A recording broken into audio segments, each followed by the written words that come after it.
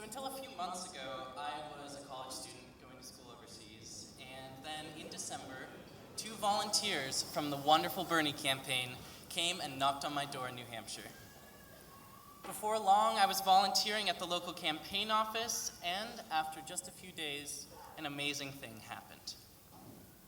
I was so moved by the cause that we're fighting for, the lives of the middle-class Americans, and by the people who I met, the truly remarkable volunteers, that I took a leave of absence from school and began working full-time for the campaign.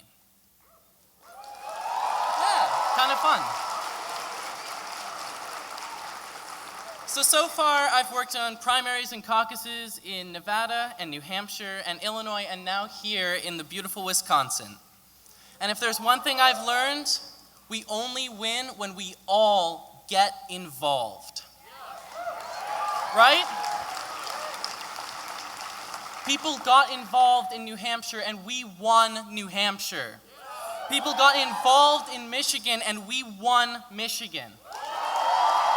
People got involved in Colorado and Minnesota and Oklahoma and Kansas. People got involved in Idaho and Utah and Washington and Alaska. And you know what?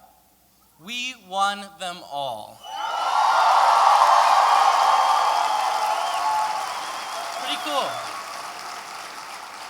Now this change doesn't just take a few people, it takes an army across the country.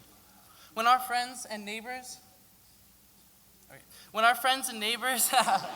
quick memo, when our friends and neighbors are engaged in conversation with their friends and their neighbors and talk to them about Bernie and about what we are fighting for, we change minds across the country. The best way for Bernie to win is to make sure that we have a face-to-face conversation with every possible voter. Now, I'm not unique. Each and every one of you can make a difference in this campaign. It's so simple and so easy to do.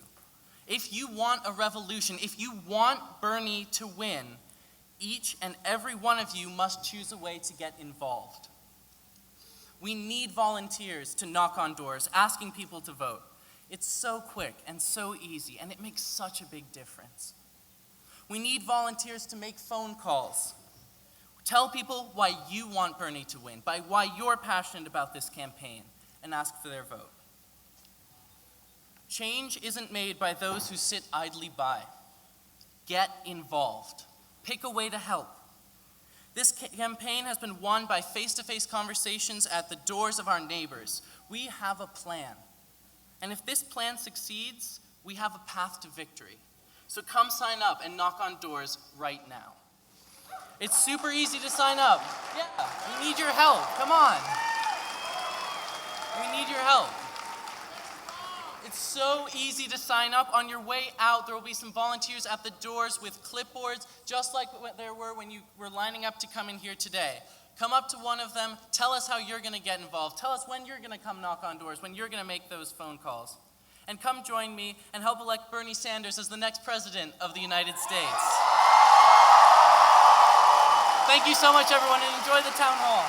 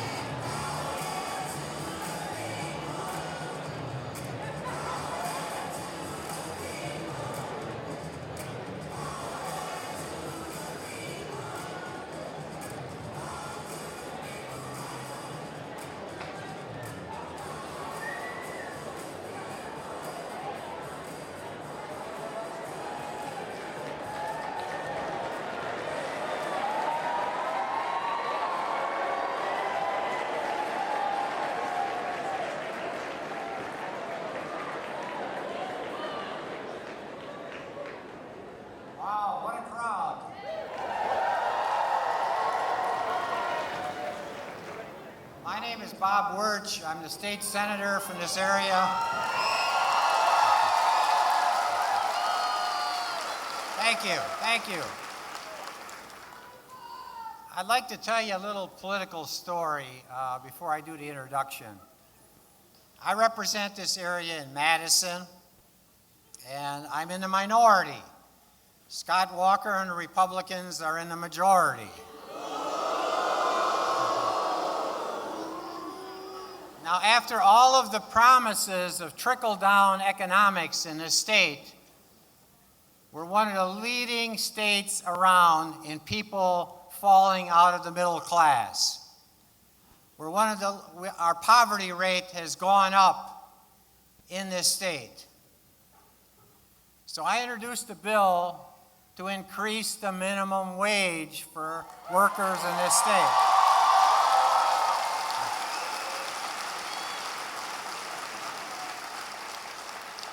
It would phase in increases. Modest bill was 10-10. It goes in stages, and then we wouldn't have to fight the battle to go up with the cost of living after that. We had 2 referendums in this area, one in Kenosha, one in Racine. The 10-10 idea passed overwhelmingly in the referendums. Every poll in this state says the people want an increase in the minimum wage.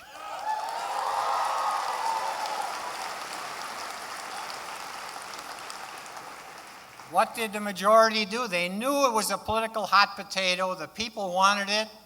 They simply refused to have a public hearing on the issue and let it die at the end of the legislative session. That's why every one of you in this audience should get engaged and vote. We have to change this state. We have to change this country. And I can't think of anybody better to do it than the senator from Vermont, the next president of the United States, Bernie Sanders. Let's hear it.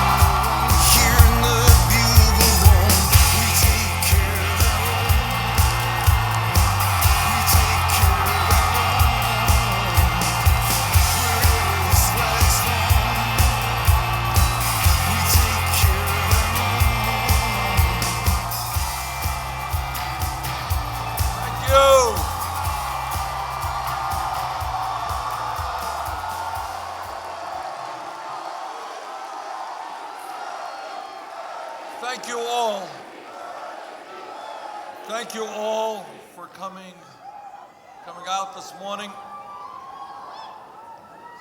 Let me thank Bruce Penny for his welcome and Senator Robert Wirch for his very kind words.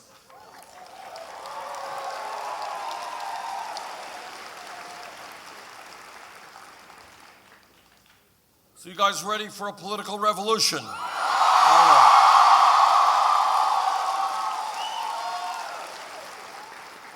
So let me start off by explaining what a political revolution means to me. What it means is an understanding that we live in a country with an extraordinary history and so much that we should all be proud of. But we are at a pivotal moment in history where, for a variety of reasons, we have a small number of people, extraordinarily wealthy people, extraordinarily powerful people, who now, to a significant degree, control our economics and control our political life. And what that means is that as a result of this disastrous Supreme Court decision on Citizens United, we now have a corrupt campaign finance system which is undermining American democracy. And what that is about is that today, billionaires like the Koch brothers and others can spend unlimited amounts of money to elect candidates who represent the wealthy and the powerful. Now, I am the former chairman of the U.S. Senate Committee on Veterans Affairs, and I have talked to veterans going all the way back from World War II. And it saddens me very much to see that those men and women who put their lives on the line to defend democracy are now looking at a situation where billionaires are able to buy elections. That is not democracy, that is oligarchy, and we have got to stop that.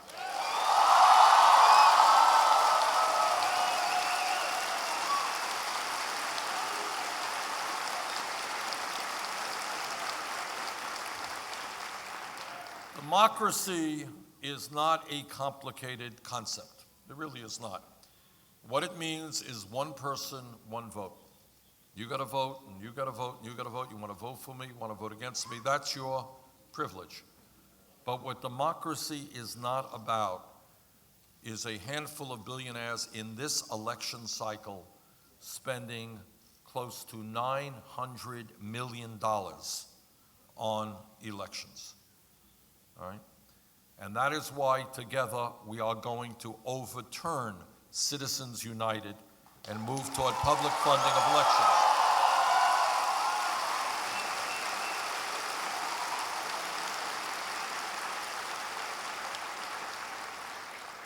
But that is not the only attack on democracy that is taking place.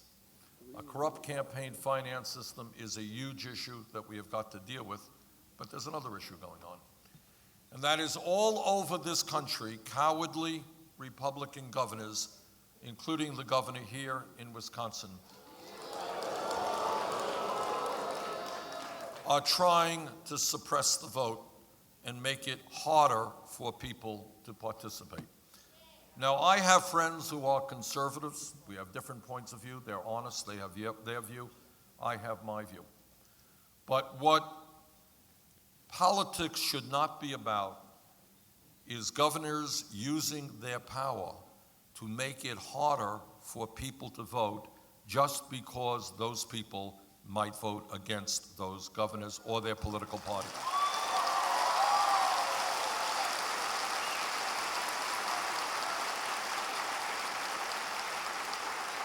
And we're seeing that here in Wisconsin. We're seeing that all over the country. A recent Supreme Court decision which made major changes in the Voting Rights Act law has allowed them to do that. And let me just tell you very honestly, I believe very strongly in democracy. I really believe it's an extraordinary system, allows real debate on issues, empowers all of the people with all of what that means. And I have run in my own state of Vermont for office a whole lot of times. And sometimes I've lost and sometimes I've won. Most of the times, fortunately, I've won. But it has never occurred to me, not for 1 second, to say, okay, I know that that part of the state may not be voting for me. How do we make it more difficult for those people to vote? That has never occurred to me. If I can't win on my ideas, I don't want to win.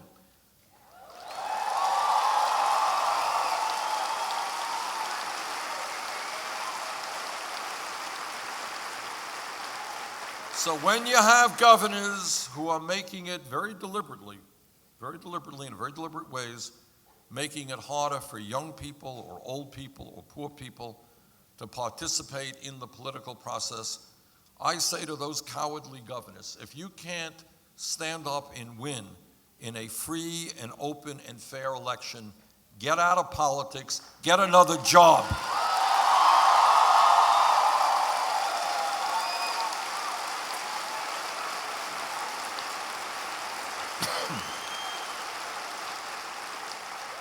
Now, next Tuesday, there is going to be a very, very important primary election here in Wisconsin. And why don't you show the governor here that his efforts to suppress the vote have not worked? Come out in large numbers.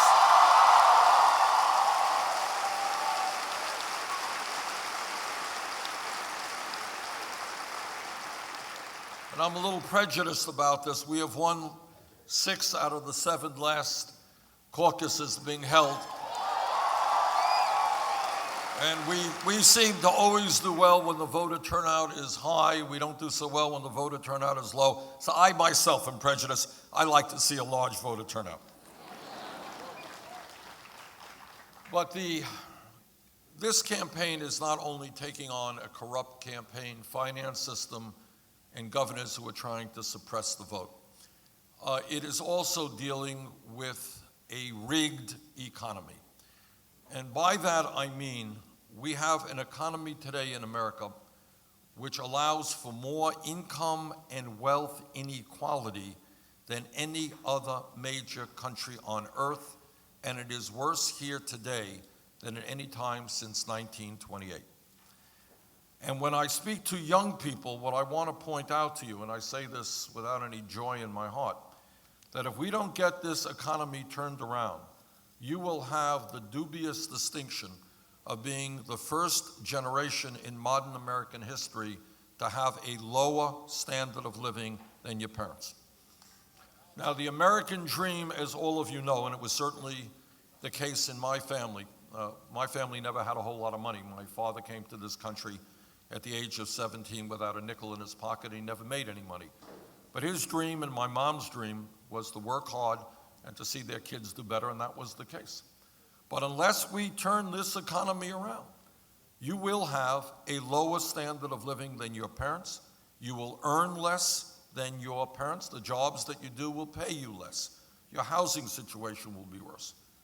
So we have got to turn that economy around, because I am determined not to see the American dream end.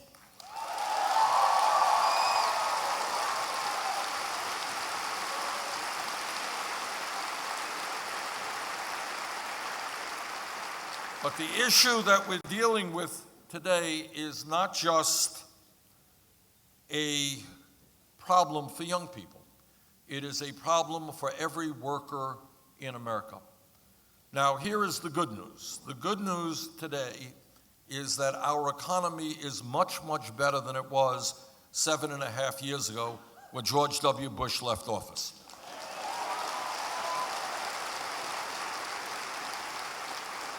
Now, my Republican friends suffer from a very serious illness, and we should be sympathetic to them. It's called amnesia. And they like to blame every problem that exists today on Barack Obama, but they just seem to forget that 7.5 years ago when Bush left office, we were hemorrhaging 800,000 jobs a month, that our deficit was $1.4 trillion, and that the world's financial system was on the verge of collapse. Other than that, we were in pretty good shape. So we have come a long way in 7.5 years. There's no debate about that. But there is also no debate that for the last 30 or 40 years, the middle class of this country has been disappearing, and more of our wealth and income is going to the top 1%. In America today, the top 1/10 of 1%, not 1%, 1/10 of 1% now owns almost as much wealth as the bottom 90%. Guys, got that? Today in America, the 20 wealthiest people, not a lot of people, own more wealth than the bottom half of America, 150 million people. Today in America, and I want to give you an example of what a rigged economy is about, and I can give you a million examples, but here's an interesting one. Who owns Walmart? Anyone know? Walton family. Walton family is the wealthiest family in America, and Walmart is the largest private sector employer. It's a big deal. And yet, many of the employees at Walmart, because their wages are so low, are forced to go on Medicaid, food stamps, and subsidized housing. Who pays for the food stamps, Medicaid, and subsidized housing? Middle class of this country and higher taxes. What a rigged economy is about is when working people who are struggling to keep their heads above water are subsidizing the company owned by the wealthiest family in America. So I say to the Walton family, get off of welfare, pay your workers a living wage.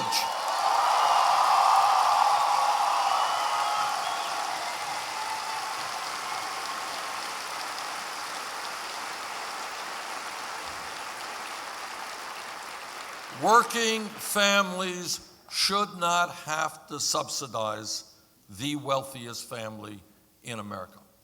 But when we talk about the issues facing this country, and by the way, talking about these issues is not so easy. It's not something the media is particularly inclined to want to talk about for a variety of reasons. And it's not a pleasant discussion to have. But we cannot go forward as a nation if we do not address the most important issues. It's true in our personal lives, and it's true in our political lives. And a lot of people would prefer us not to do that. But what this campaign is saying is that we are smart enough, we are tough enough to address the real issues and, in fact, resolve them.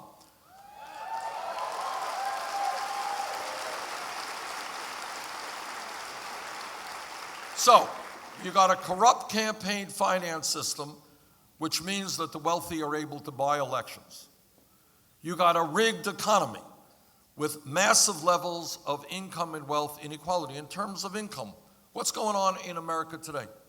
What's going on is that we have, in my state of Vermont, in your state of Wisconsin, we have people who are working longer hours for lower wages. You know, for the young people, you won't believe me, but check it out, it's true. There was once a time, not so many years ago, 40, 50 years ago, where one person, in those days usually a man, could work 40 hours a week and earn enough money to take care of the entire family. Older people, am I right? All right. Tell that to the young people. They don't believe it. So the question that we have got to ask ourselves is, with all of the technology out there, right? You're all producing more. Why do we need now two breadwinners, often working crazy hours, and ending up with less disposable income than one breadwinner had 40 or 50 years ago? Think about those issues.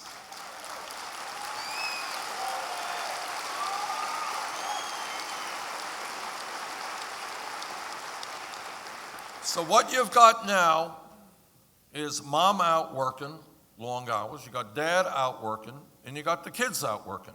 What does that mean? It means that marriages get stressed out. It means that parents don't have the kind of time they need to spend with their children, and their children suffer as a result of that.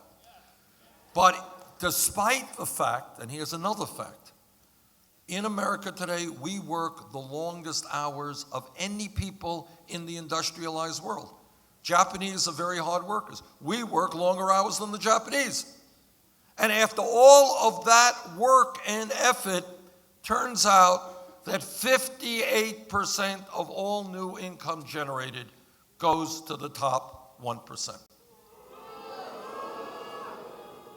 So there you are, an explosion of technology. We produce more, a global economy, the world is closer, and ordinary people are struggling and working longer hours for lower wages, and they are scared to death about what happens to their kids, the kind of jobs their kids will have, the housing that their kids will have. That is called a rigged economy. Are you guys ready for a radical idea? All right. Together, we are going to create an economy that works for all of us, not just the 1%.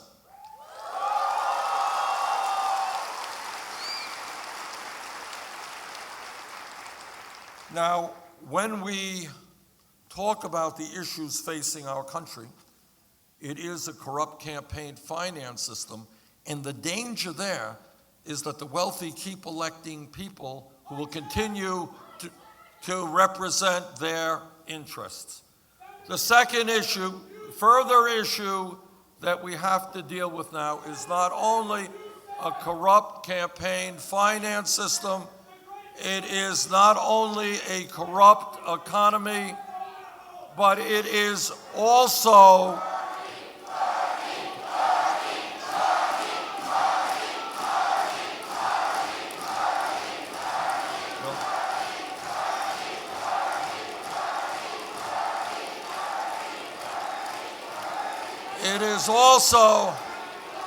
it is also a broken criminal. Okay, it is also a broken criminal justice system. Will, you do something?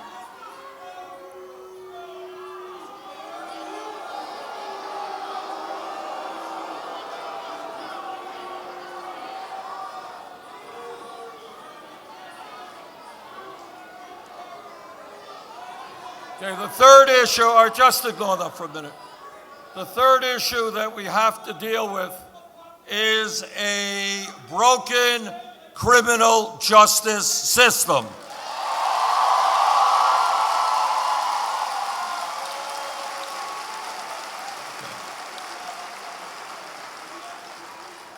And what that means when we talk about a broken criminal justice system,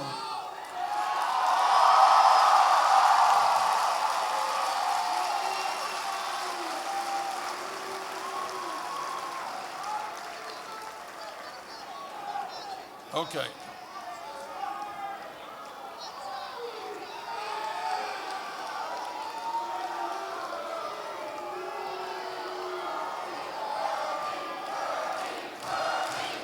Thank you.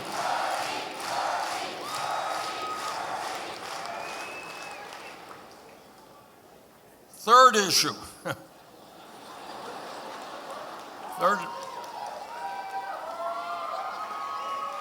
Third issue is we have got to address, which is a very, very serious crisis, is why is it that in the wealthiest country in the history of the world, we have more people in jail than any other country?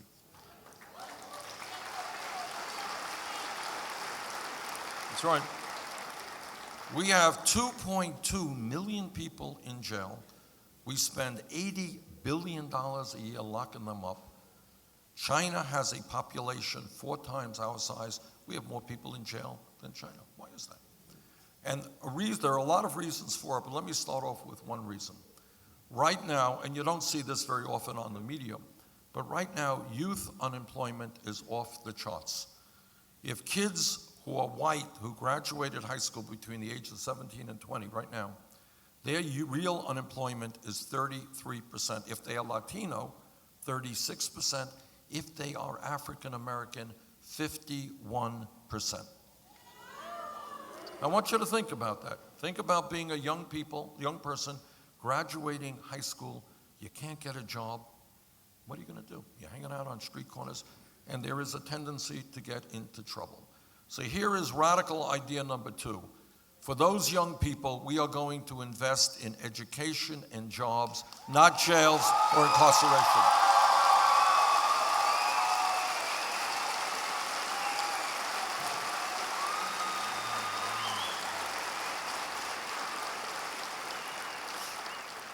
Now,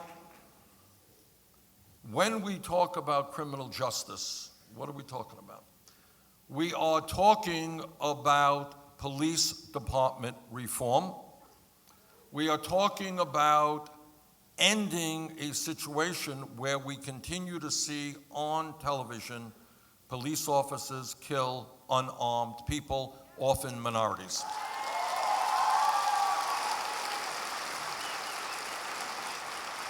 Now, I have been a mayor for 8 years, and I have worked with police officers throughout my life.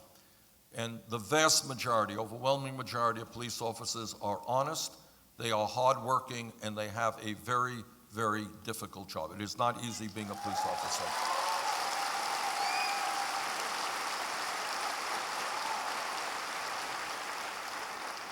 And in fact, I would hope that people in this room will give thought to going into law enforcement, because that's an important area of our society.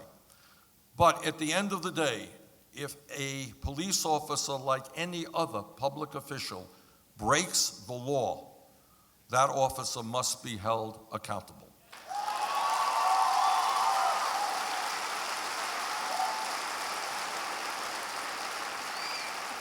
When we think about police departments, we have got to be moving toward demilitarizing police departments.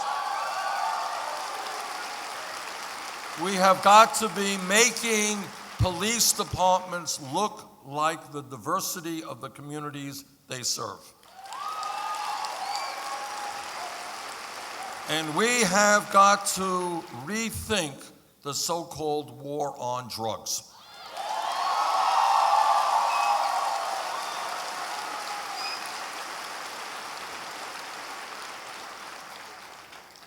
Turns out that over the last 30 years, millions of Americans have police records, criminal records, as a result of possession of marijuana.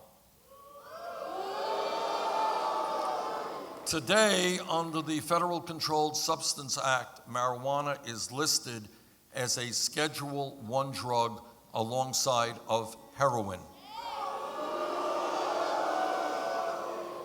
Now, people can argue the pluses and minuses of marijuana, but very few people think that marijuana is the equivalent of a killer drug like heroin.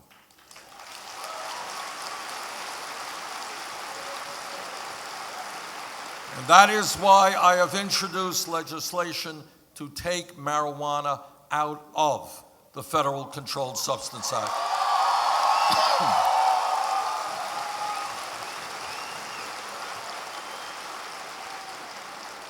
And when we talk about drugs, what I can tell you, that in my state of Vermont, neighboring New Hampshire, and all over this country, we have a growing epidemic of opiate and heroin addiction. This is a major crisis. We are losing people every single day who are overdosing on heroin and other drugs. To combat that epidemic, it seems to me, we should look at drug abuse, substance abuse, as a health issue, not a criminal issue.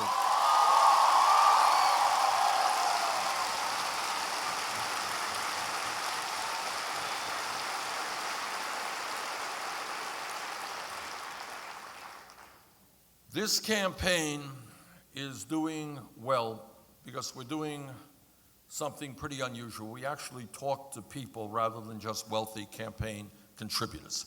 That's an unusual thing in American politics. And we talk to working people. And you know what they tell me? They tell me they can't make it on $8 or $9 an hour because those wages are just too low. And what they also tell me is that we have got to raise the minimum wage to a living wage, $15 an hour.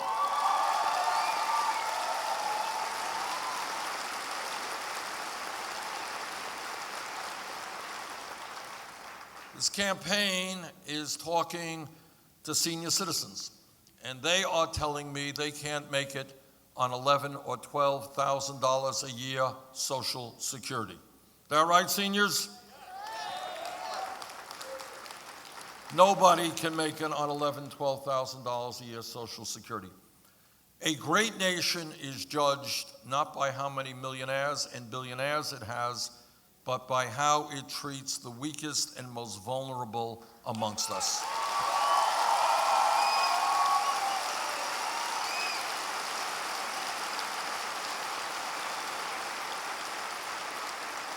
And we cannot turn our backs on disabled veterans or senior citizens. Now, turns out that my Republican colleagues want to cut Social Security. Well, I've got some bad news for them. We're not going to cut Social Security. We are going to raise and expand Social Security benefits.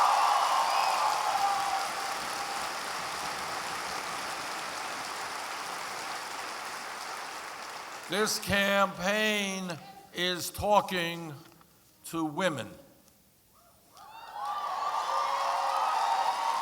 And women are telling me they are tired of working for 79 cents on the dollar compared to men.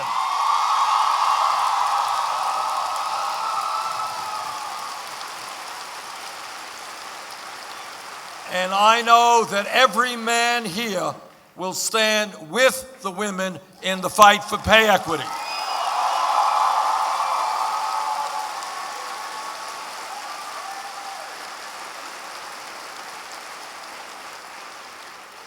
This campaign is talking to young people.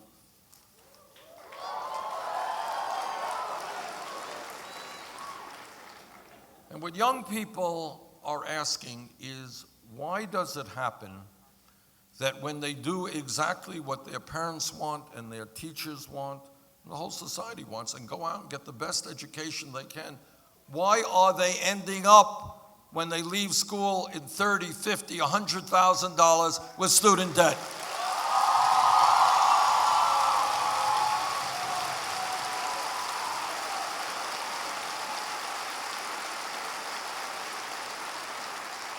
Anybody here going to have student debt or has student debt? Okay. In fact, there are millions of people who have student debt. And again, what this campaign is trying to do is ask people to think outside of the box, outside of the status quo. So what does that mean? Is education a good thing? Obviously it is. Are we living in a competitive global economy where we need the best educated workforce possible? Obviously we do. If that's the case, why are we punishing young people for doing what they're supposed to be doing?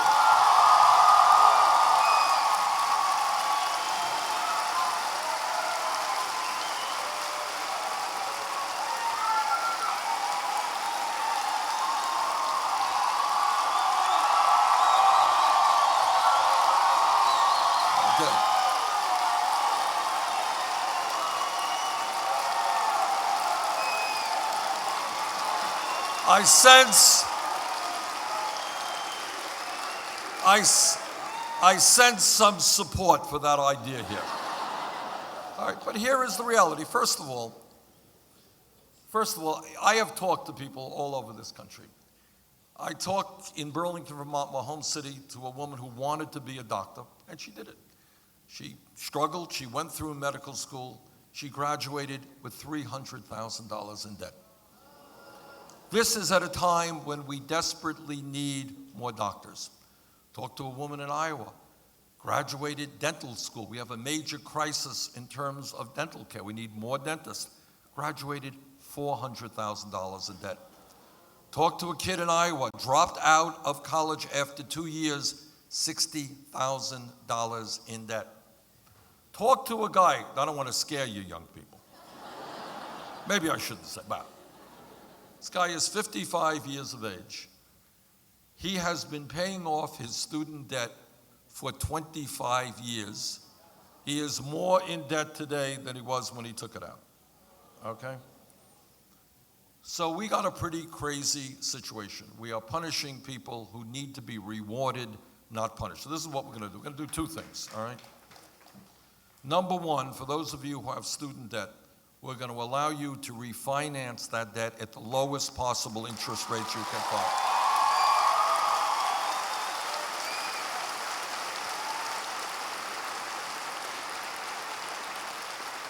And that will substantially reduce student debt. And second of all, we're going to make public colleges and universities tuition free.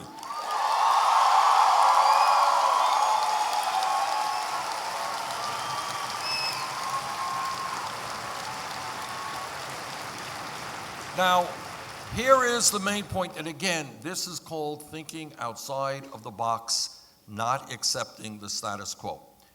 If we were here 50 years ago, and we were talking about education, the truth is that 50 years ago, if you had a high school degree, you were in pretty good shape economically. Likelihood is you can go out and get a pretty good middle-class job. But everybody here knows the world has changed, the economy has changed, technology has changed. That's the way it is. You need more education than somebody did 50 years ago if you are going to make it into the middle class. So it seems to me we have got to be rethinking the concept of public education. It shouldn't just be first grade through 12th grade. It should include free tuition at public colleges and universities.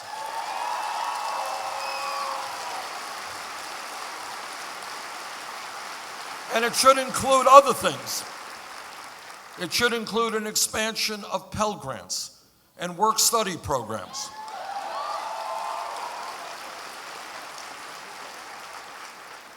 The bottom line of it all is we want the best educated workforce in the world. We want to make it easier for people to get that education, and we don't want to saddle them with debt that they're going to have to be paying off for decades. That's the bottom line.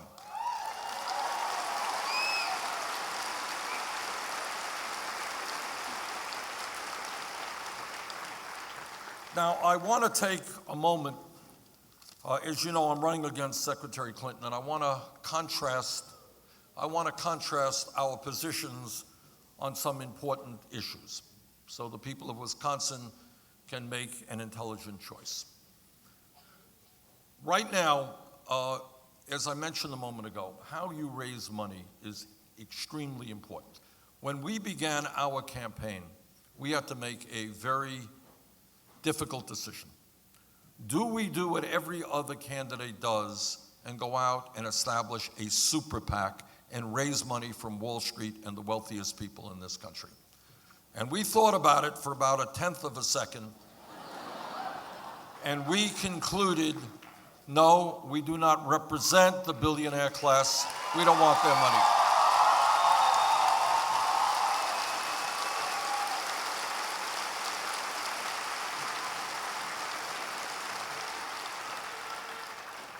And we chose to do it a different way, in an unprecedented way. What we did is simply ask working families that if they wanted to support a campaign which is going to stand up to the wealthy and the powerful and create a stronger middle class, we would ask for their help. And what happened amazingly is over the last 11 months, we have received 6 million campaign individual contributions.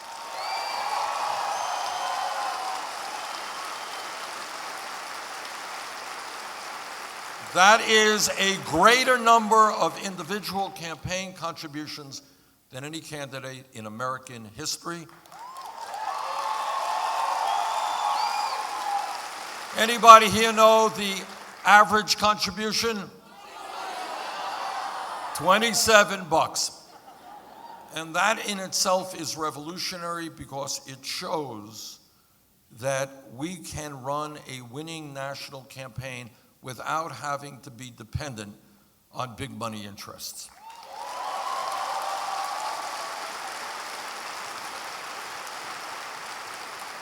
Now, Secretary Clinton has chosen another direction. She has several super PACs. Her largest super PAC reported last month that they raised $25 million from special interests, including $15 million from Wall Street.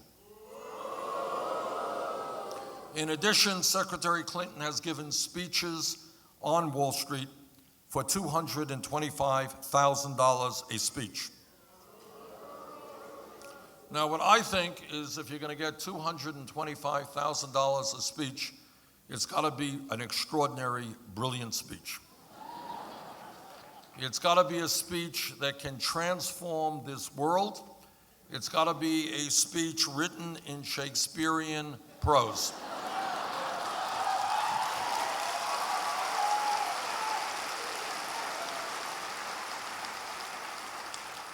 And that is why I believe that Secretary Clinton should release the transcripts so the whole world can see that speech.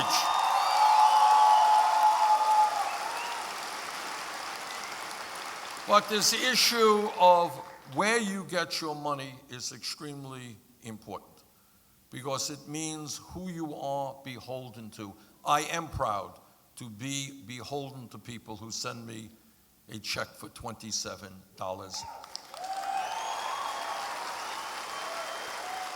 And I am proud not to be beholden to Wall Street or the drug companies or the fossil fuel industry.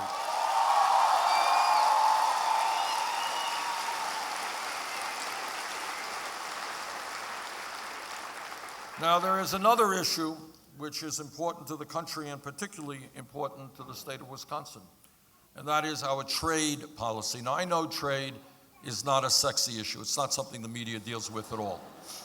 But it's a very important issue, and I think you all understand that.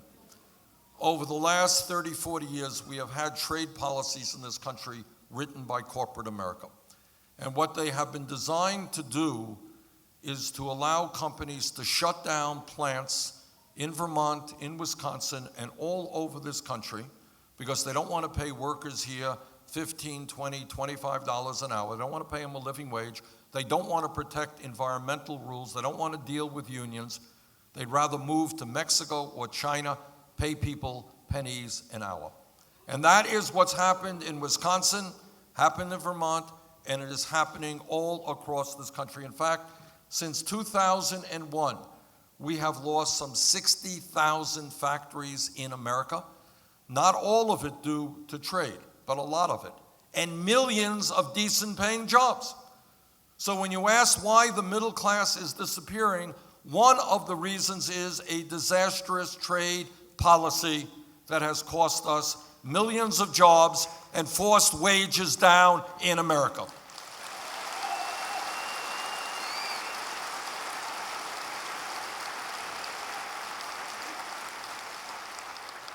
Let me just give you a few examples of trade policy's impact on the state of Wisconsin. 2008, General Motors shut down its manufacturing plant in Janesville, destroying thousands of decent-paying jobs, and moved to Mexico, where workers there are paid a fraction of the wages that are paid here.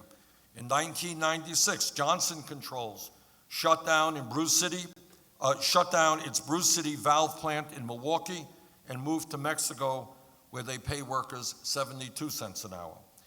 Last year, Johnson Controls threw another 277 workers in Milwaukee out on the streets and moved to Mexico, China, and Slovakia. 15 years ago, Briggs & Stratton was Wisconsin's largest private employer with 11,000 manufacturing workers.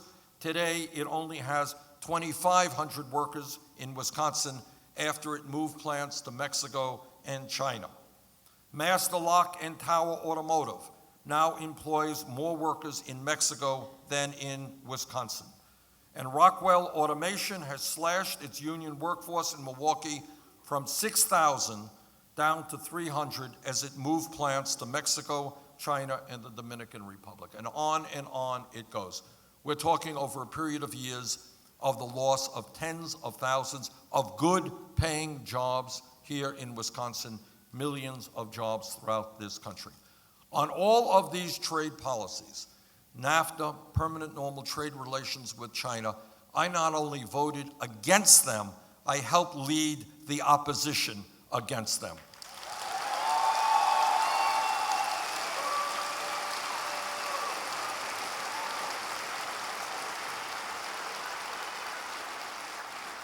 On the other hand, over the years, Secretary Clinton has supported virtually all of these disastrous trade agreements. That's right, that was the one.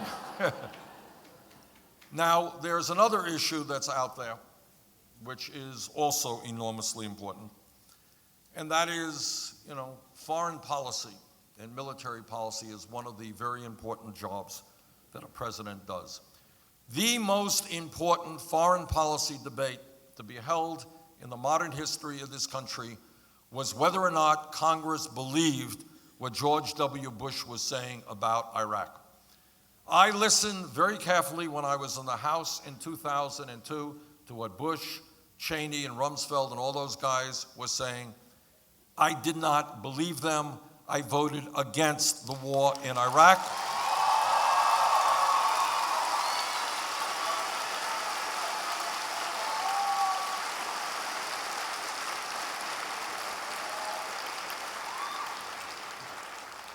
And in fact, if you go to my website, listen to what I said in 2002, and I kind of predicted much of what I thought could happen.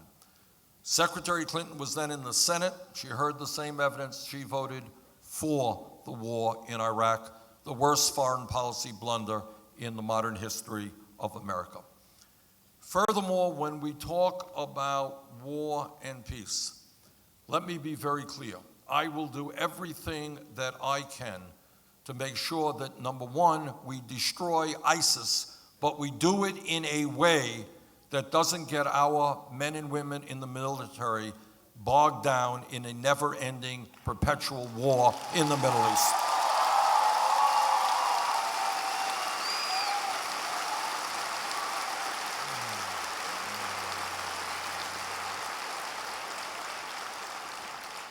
One of the looming crises that faces this country, you're going to see and hear more and more about it, is the need for clean water in America.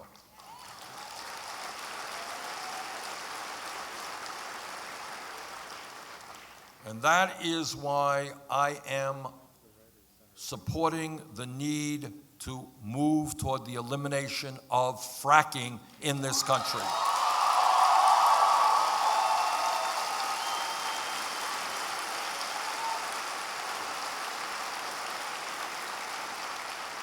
Again, one of the differences that the Secretary and I have is that she supports fracking. Everybody here knows, or should know, that the way that real change takes place in this country is never from the top on down, it is always from the bottom on up. It is when people stand up and fight back. Right now, we need a massive effort to have the United States government lead the world in combating climate change.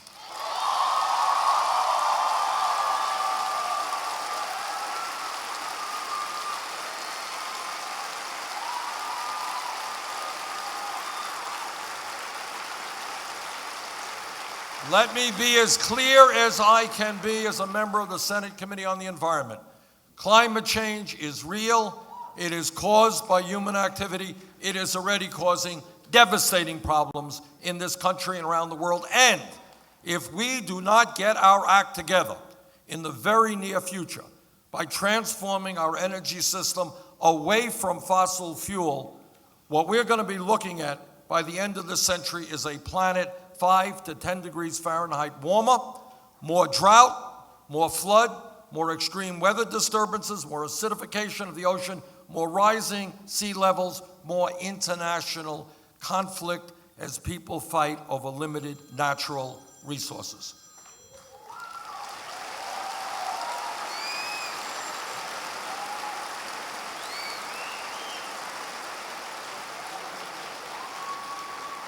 That is not the kind of world that we should leave to future generations. So together, what we have got to do is to tell the fossil fuel industry that their short-term profits are not more important than the future of this planet.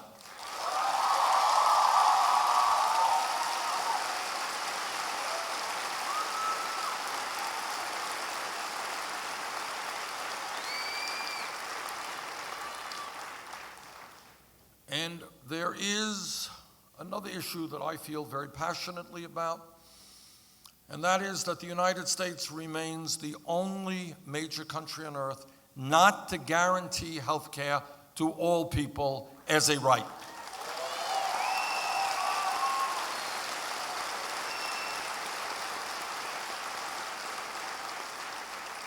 My view as a human being, whether you are poor, middle class, or rich, you are entitled to health care because you are a person.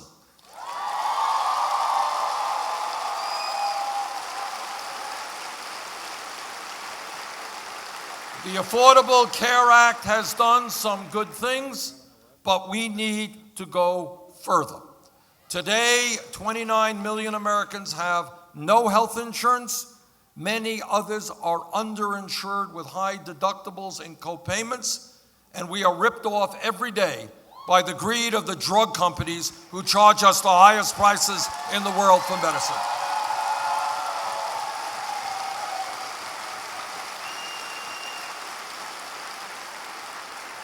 If elected president, I will do my best to move this country toward a Medicare for all single-payer program.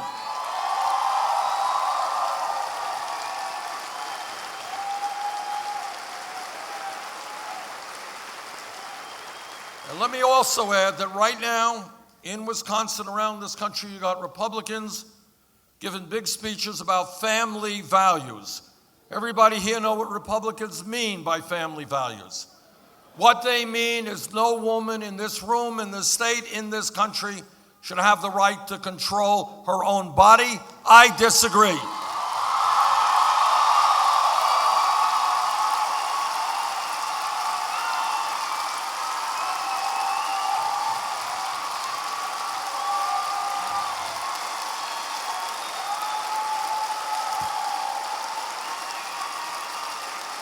And what Republicans mean by family values is that our gay brothers and sisters should not have the right to marry. I disagree.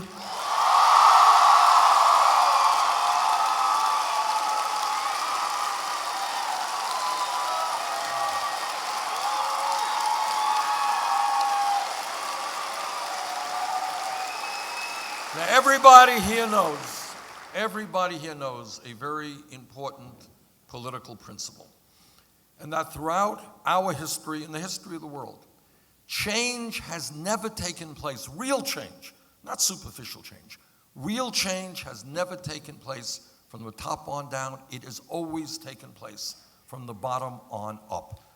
What that means is that throughout history, no matter what the issue is, millions of people look around them and they say, you know what?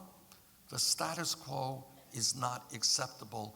We need change, and we're going to do something about it. If you think about the trade union movement and workers, 100 years ago, 150 years ago, workers had no power at all. They could be forced to work 7 days a week. Their wages could be arbitrarily determined. They could be fired for any reason at all. And workers by the millions said, you know what? We are human beings. We're not animals. We're going to form unions. We're going to collectively negotiate a contract.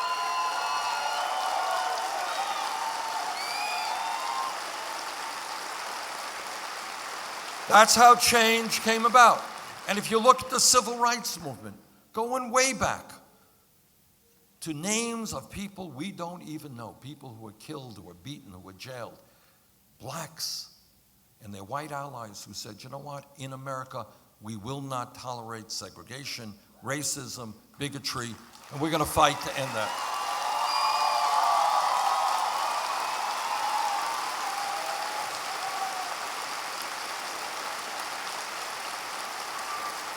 And I want everybody to remember what is often forgotten. 100 years ago, which is no time at all from an historical perspective, women in America did not have the right to vote, could not go to the schools they wanted to go to, could not do the work they wanted to do. 100 years ago. But women and their male allies stood up, fought back. Women went on hunger strikes. They went to jail. Some of them died to say that in America, women will not be second-class citizens.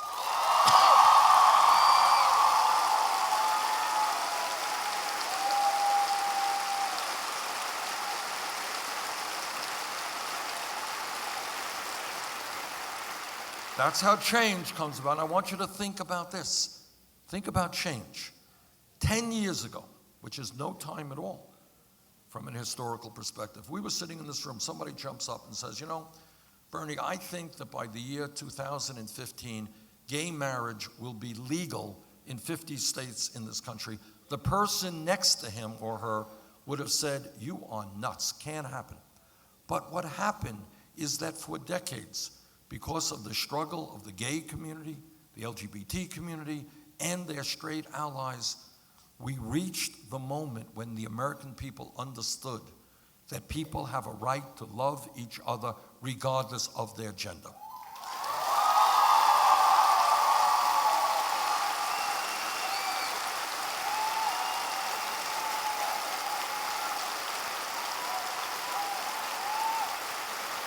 That didn't happen from the top on down. Didn't happen because a very, very conservative Supreme Court decided that that was the right thing to do. It happened because millions of people demanded that it happen. And let me give you an even more contemporary example.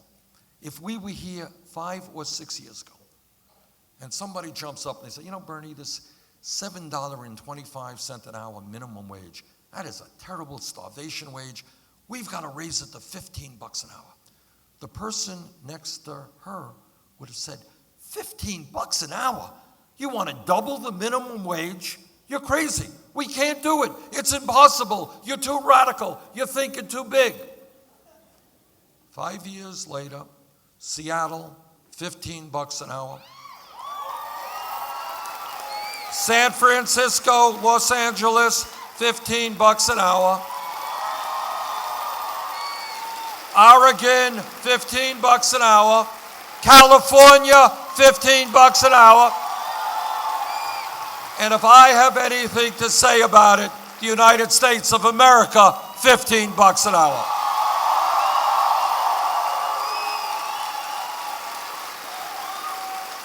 Now, what's my point? Here is the point. You do not have to accept the status quo as part of long-term reality. You are human beings living in a democratic society. If you want to change the status quo, you can change the status quo.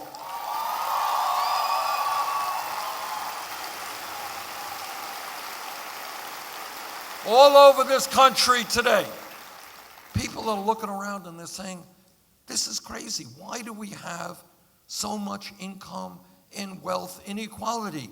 Unacceptable. Why do we have to work 2 or 3 jobs to make a living?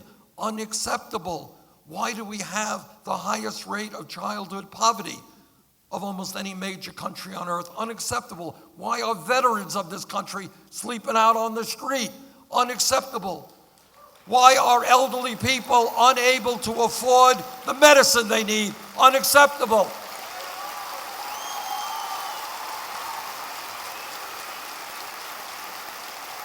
Why are young people graduating deeply in debt? Unacceptable. Why are we the only major country on earth that doesn't guarantee paid family and medical leave? Why aren't we guaranteeing health care to all people as every other country does? Every other major country. And people are beginning to say, wait a second, this status quo may be working for the top 1%, but it's not working for the bottom 99%. We have got to change that. And that is what this campaign is about. It is an understanding that I can't do it alone, really can't. Wish I could tell you, hey, just trust me, I'm going to do it all. Can't do it. Powers that be are too powerful. We need a movement. We need you to become involved in the political process in a way that we have not seen people become involved for a very long time. Next Tuesday, there will be a primary election. It is an extremely important primary election. I hope that we break Wisconsin turnout history. I hope you come out. Thank you all very much.